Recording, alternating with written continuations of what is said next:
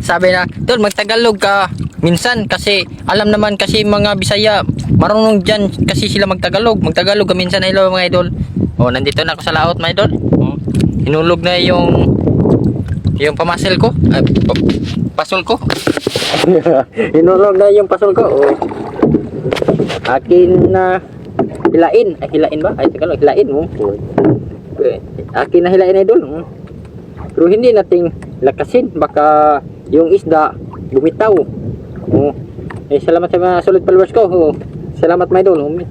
Kasi idol, hindi namin alam yung salita mo. Kasi ang aming yung ilang tanaw ko mukha lang ni ko matuwa daw sila para ako makakita sila ng mukha ko. Parang wala na silang problema. Grabe ng body sila. Minsan ba niya ako rin yung dagway. Hindi mo manipawar problema. Salamat mga idol. Salamat sa iyo mga meron huli idol. Mukat idol talaga mukat.